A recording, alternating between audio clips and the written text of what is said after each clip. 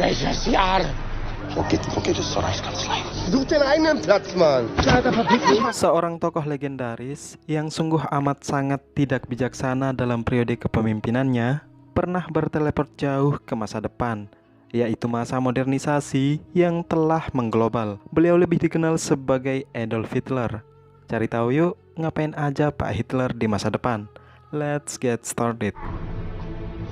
Look Who's Back adalah film rilisan 8 Oktober 2015. Disutradarai oleh David Vinnen dan diperankan oleh Oliver Masucci, Fabian Swatsky, Christoph Herbst, Vera Kromayer, dan beberapa aktor Jerman lainnya. Pada 23 Oktober 2014, Hitler baru terbangun dari tidurnya. Suasana sekelilingnya membuatnya heran. Tanpa suara senapan ataupun pesawat tempur yang melintas, yang terdengar hanyalah kicauan burung. Sesaat kemudian, sebuah bola plastik menggelinding ke arahnya. Dengan kepala yang masih pusing, Hitler mencoba beranjak. 3 orang anak kecil sudah berdiri di belakangnya. Hitler lalu menanyakan Martin Bormann yang merupakan kanselir Nazi. Namun, 3 orang anak kecil ini tidak mengerti siapa yang dimaksud. Kemudian, ketiganya dipanggil karena proses syuting masih berlanjut. Seorang jurnalis TV swasta bernama Fabian tidak menyadari keberadaan Hitler yang tertangkap oleh kameranya saat mereport sebuah berita. Masih kebingungan, Hitler berjalan menyeberangi jalan raya dan nyaris ia tertabrak kendaraan. Hingga ia sampai ke gerbang Brandenburg yang sudah menjadi taman wisata. Di tengah-tengah kerumunan orang banyak, Hitler menanyakan jalan menuju kantor kanselir. Namun, orang-orang ini malah menjadikan Hitler sebagai objek yang menarik untuk dipotret. Selang beberapa saat, terlihat ibu-ibu yang nampak familiar. Saat Hitler mendekat, anak si ibu itu pun menangis dan semprotan cairan itu membuat Hitler kesulitan untuk melihat dengan jelas. Hitler lalu mendekati kios pinggiran dan mengambil sebuah koran harian. Ia tertuju pada tanggal yang berlangsung, yaitu 23 Oktober 2014. Saat pemilik kios menegur Hitler, tiba-tiba ketika Hitler tersadar dari pingsan, ia menduga kalau dirinya telah diculik dan mencurigai bahwa dinas rahasia musuh telah menciptakan dunia baru yang nampak seperti dunia paralel untuk mengelabui dan menangkapnya. Mulai ketakutan, Hitler pun menyerah dengan mengangkat kedua tangannya. Si pemilik kios hanya tertawa melihat tingkah Hitler dan menduga kalau Hitler sedang syuting film dokumenter.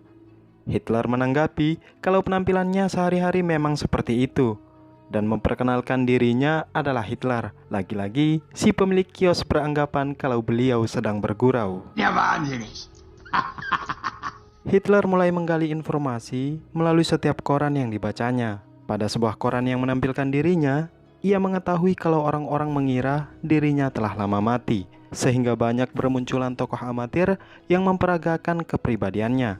Kekecewaan pun muncul dalam dirinya setelah ia mengetahui kalau Jerman telah dipimpin oleh seorang wanita canggung, dan pergantian nama negara yang ia perjuangkan menjadi Republik Federal Jerman. Sementara itu, sebuah perusahaan TV swasta sedang mengadakan rapat pemilihan direktur baru yang jatuh kepada seorang wanita bernama Belin, di mana itu membuat Christoph yang sudah bertahun-tahun menjabat sebagai wakil direktur merasa tak dipercayai untuk menjadi direktur. Ia kemudian menemui Fabian dan memberikan surat pemecatan dengan alasan untuk menghemat pengeluaran. Fabian berusaha menawarkan materi barunya yang berpotensi akan menjadi berita utama, yaitu harapan anak-anak Yahudi untuk meningkatkan skill bola mereka. Sementara ayah mereka pecandu alkohol. Sayangnya, pemecatan tetap dilakukan. Fabian nampak bersedih dengan terus memandangi video yang terakhir direkamnya. Tiba-tiba, pandangan ibunya tertuju pada sosok dalam video yang terlihat seperti Hitler. Penasaran, Fabian pun berencana untuk mencari Hitler di pusat kota Berlin. Kembali ke kios pinggiran, si pemilik kios menyuruh Hitler untuk mengeluarkan sebuah rak. Diiringi dengan keluhan, kemarin aku menggerakkan batalion ke-12. Sekarang aku memindahkan rak koran. Si pemilik kios mulai mencium bau aneh yang ternyata bersumber dari seragamnya Hitler. Hitler diminta untuk membawa pakaiannya ke jasa pencucian. Di tempat pertama, si tukang cuci menolak lantaran pakaian Hitler yang sudah overbau. Untungnya, di tempat lain ada yang mau mencuci pakaian Hitler dan meminjamkan pakaian mereka kepadanya. Saat Hitler kembali, si pemilik kios bersemangat menyambut kedatangannya dan memberitahu kalau Fabian telah mencarinya kemana-mana.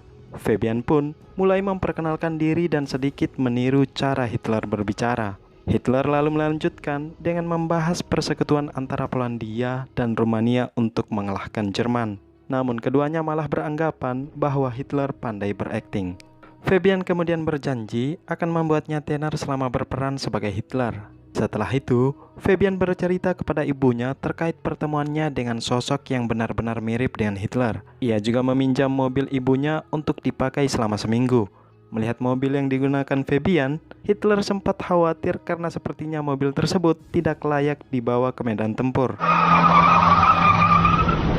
Selama bersama Hitler, Fabian mulai merekam video dokumentasi terkait keberadaan Hitler dan menunjukkan media TV untuk menayangkannya. Kecanggihan teknologi TV membuat Hitler takjub.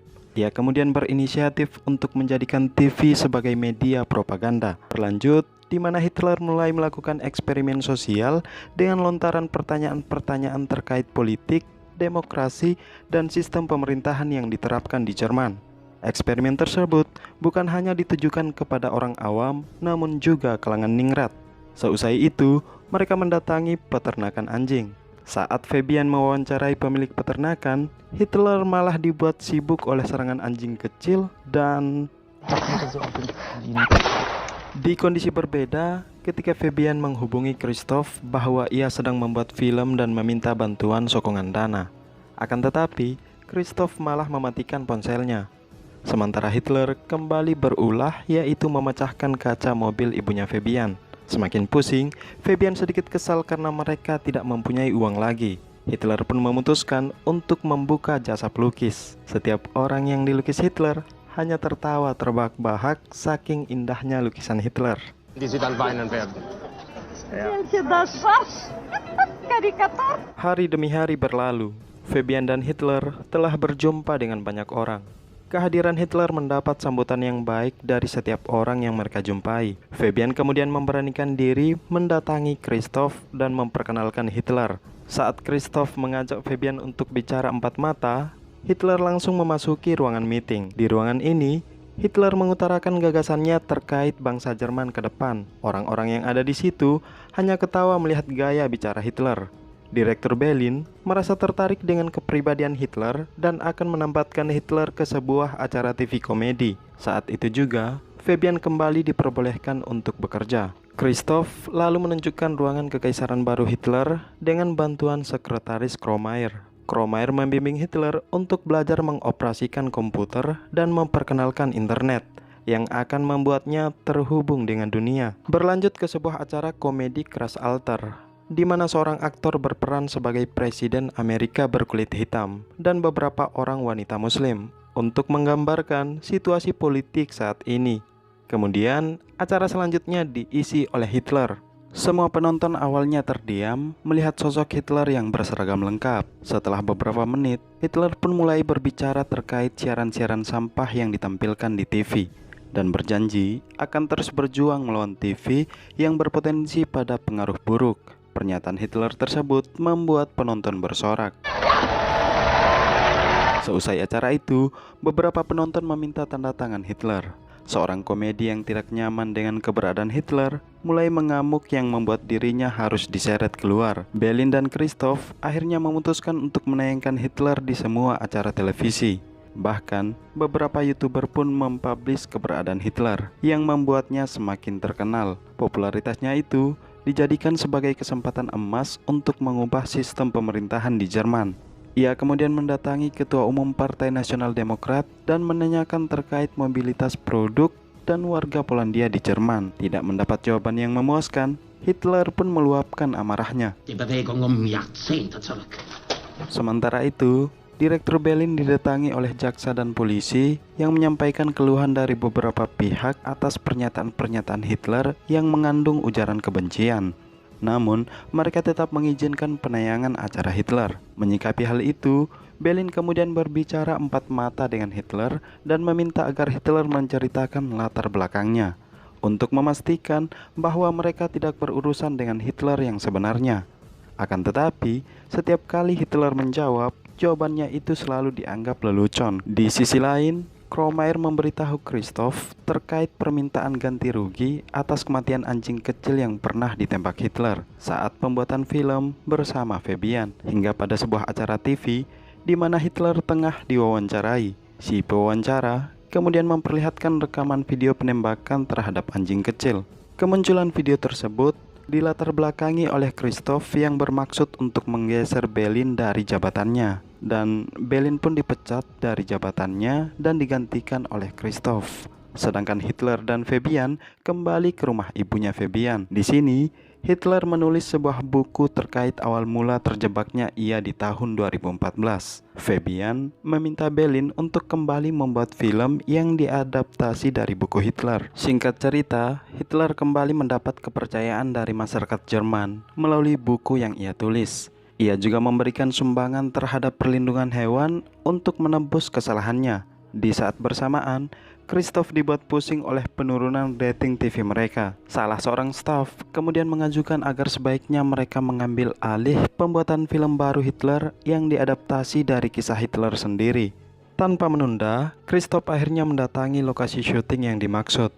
Ia mendekati seorang pria yang diduganya itu Fabian, dan ternyata itu orang lain yang memakai topeng silikon saat syuting berlangsung.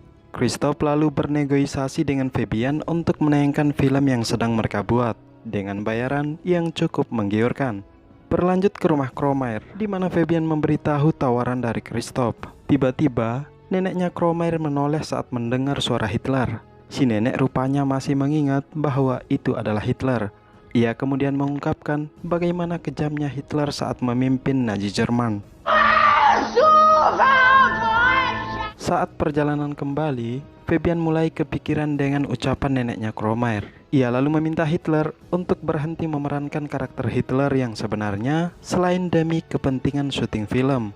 Akan tetapi, Hitler hanya memberikan tanggapan. Herzen liegt, das verstehe ich doch, Sawatzki. Scene berpindah pada proses adegan syuting, di mana awal mula Hitler terbangun di tahun 2014. Pria yang berperan sebagai Fabian kemudian bertanya apa yang sebelumnya terjadi sehingga Hitler terbangun di tempat itu. Hitler sendiri juga merasa bingung. Ia lalu meninggalkan lokasi syuting dan dihadang oleh dua orang preman yang kemudian menghajarnya. Hitler babak belur dan dirawat di rumah sakit. Belin memberitahu bahwa pelakunya adalah preman Nazi amatir. Sementara Fabian kembali mengamati video awal mula munculnya Hitler. Ia menemukan gumpalan asap tepat di mana Hitler terbangun. Penasaran, ia pun mendatangi tempat itu.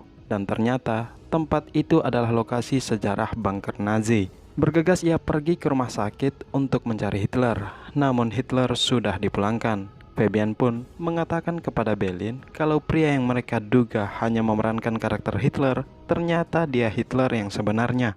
Fabian terus mencari Hitler, dan ketika ketemu, seketika tudungan pistolnya mengarah kepada Hitler. Disertai ucapan, kau membodohi orang-orang dengan propagandamu. Hitler pun menjawab bahwa rakyat tidak tertipu oleh propaganda, melainkan secara sadar memilihnya sebagai pemimpin.